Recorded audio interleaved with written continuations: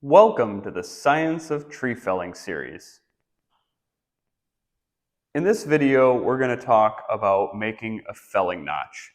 The felling notch is the front section of the hinge. It consists of two cuts, a top cut and a bottom cut.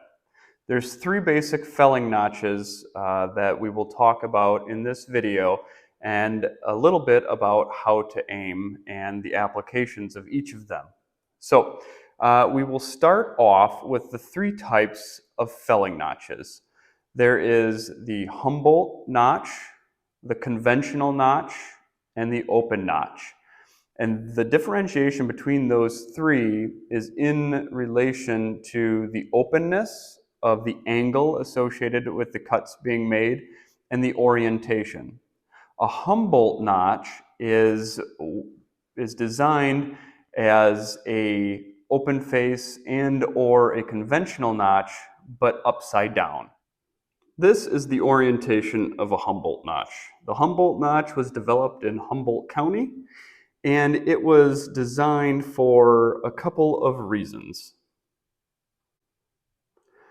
The first reason is the bottom cut is made at a sloped angle so that when the tree breaks off the hinge, it is able to slide off of the stump, which could be advantageous in situations that have steep terrain. Additionally, I'm from Wisconsin, and I think the people of Humboldt County will agree that their trees are bigger. And this is a concept that I didn't know and understand until I went to the West Coast and saw these trees for myself. When we make a face notch or a felling notch, we have created a shelf in the other two orientations, and I'll show those next. But the wedge that has to be removed in the function of a Humboldt, when you cut it, gravity will go ahead and slide this wedge out for us. If it's in its other orientation and we made a conventional or an open face notch, this wedge that we would want to be removed before the felling process begins will set on the shelf that we've created for it. Now, in this particular case, we're only dealing with a 12-inch diameter stump, not a large tree. This wedge does not weigh very much, but now think about this tree being 10, 15 feet in diameter.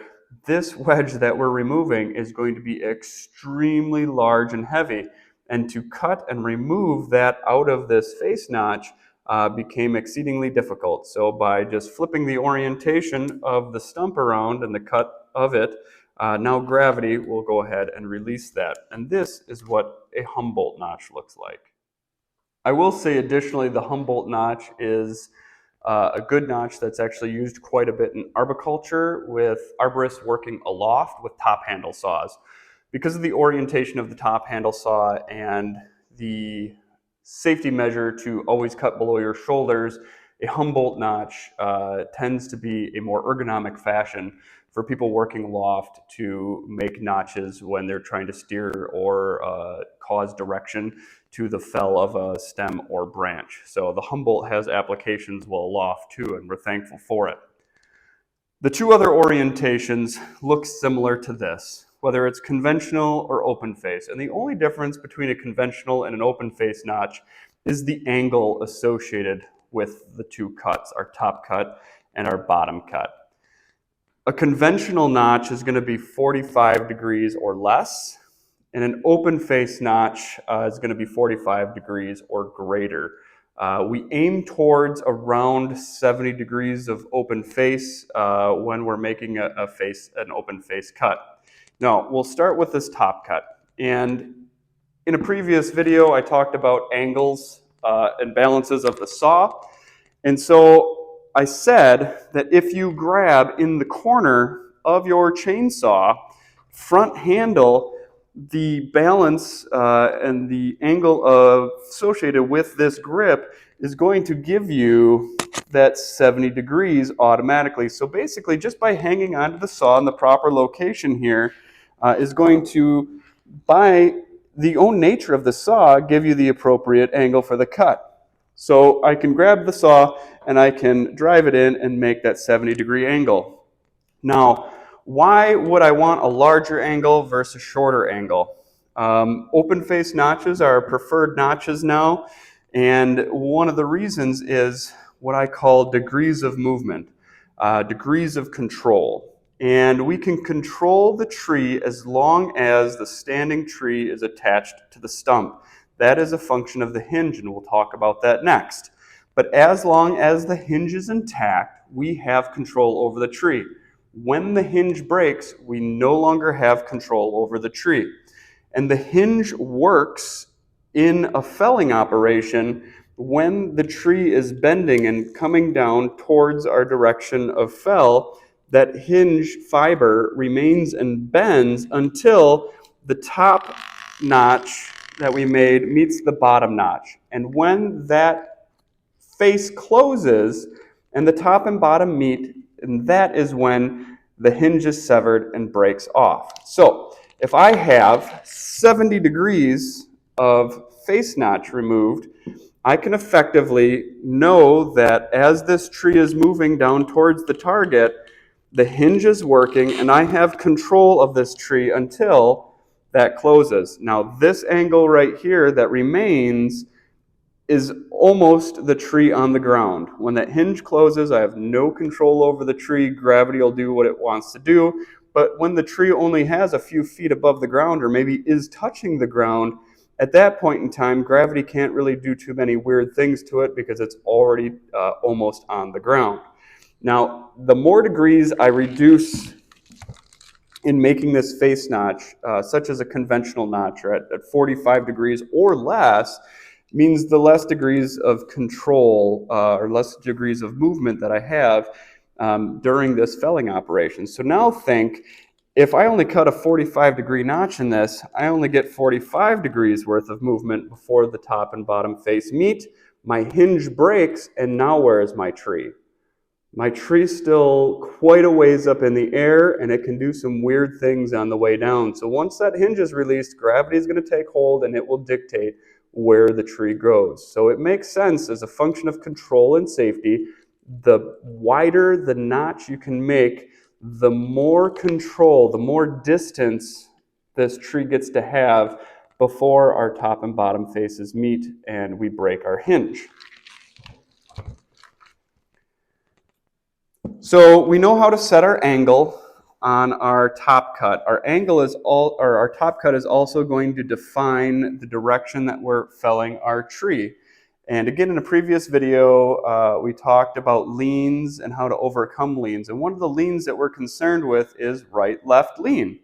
And if we have a target and our tree is leaning right or left of that target, we will not hit our target unless we compensate for it. So again, I'm going to use my felling sights, this black line that runs along the saw, and I talked about those in a previous video. I'm going to use those to aim at my target. And before I start making this face cut, I'm going to offset from that target using my aiming device on my saw, offsetting it in opposition to the direction of the right-left lean, therefore creating a situation that when the tree does fall, the top of that tree will hit my target. If I do not make that correction, I will not hit my target. I will be off as much as the tree is leaning in that particular direction. So before I start to make this top cut, I'm offsetting using my felling sights to how I need to make that tree fall against the target and actually hit the target. So now I'm making my top cut first.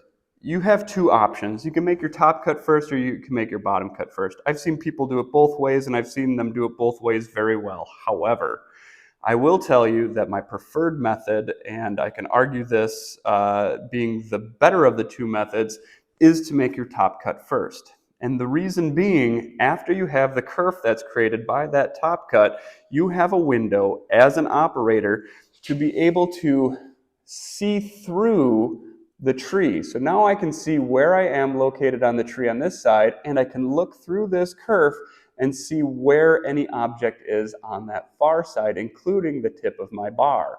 So I've set my directionality. I know that this top cut using my felling sights is pointed at my target or offset from my target to overcome the right-left lean, and that is set.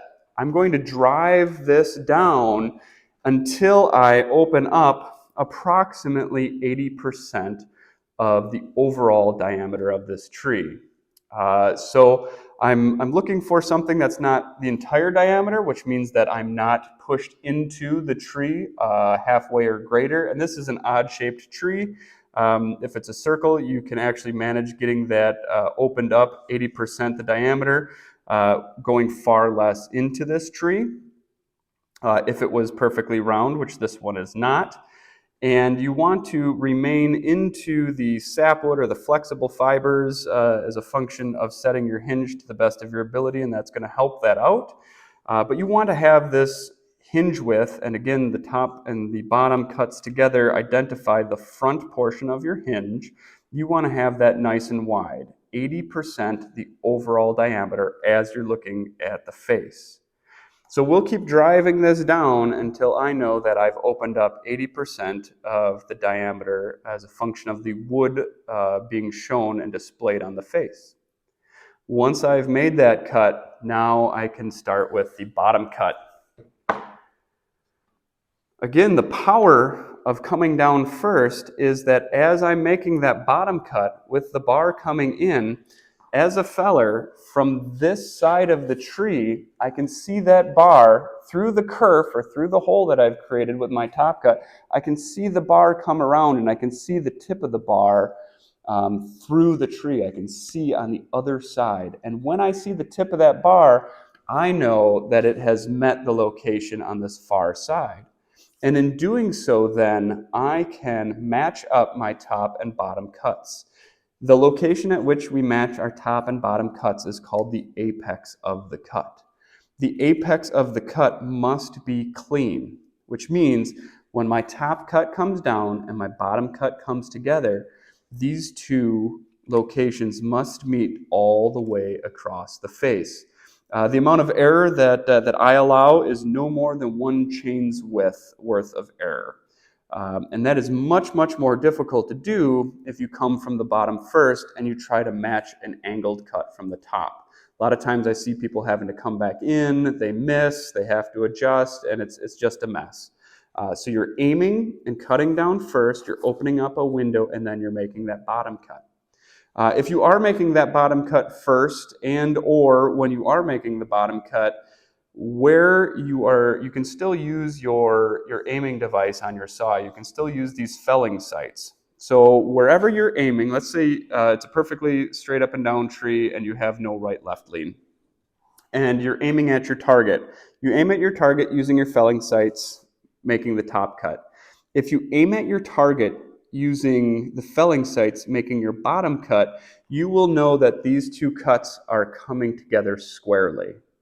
If you offset the sight from one side to the other, you'll know that you'll either be tip or power head heavy, and you'll miss the intersection of that cut because you're aiming at two different objects. So again, you're going to use the felling sights and the built-in aiming device of the chainsaw while you're making the top cut and while you're making the bottom cut. And as long as you're aiming at the same spot, those two cuts will come together cleanly at the apex. And those two cuts combined in function with the angle and the orientation of those cuts create what's called the face notch or the felling notch of a tree. Thanks for listening. Thank you for watching the Science of Tree Felling series. My hope is that you find these videos educational and that you learn to be a better, safer tree feller. If you know others who may benefit from this series, share the link, like the video, and subscribe to this channel. Keep watching for even more tree felling knowledge. See you next time.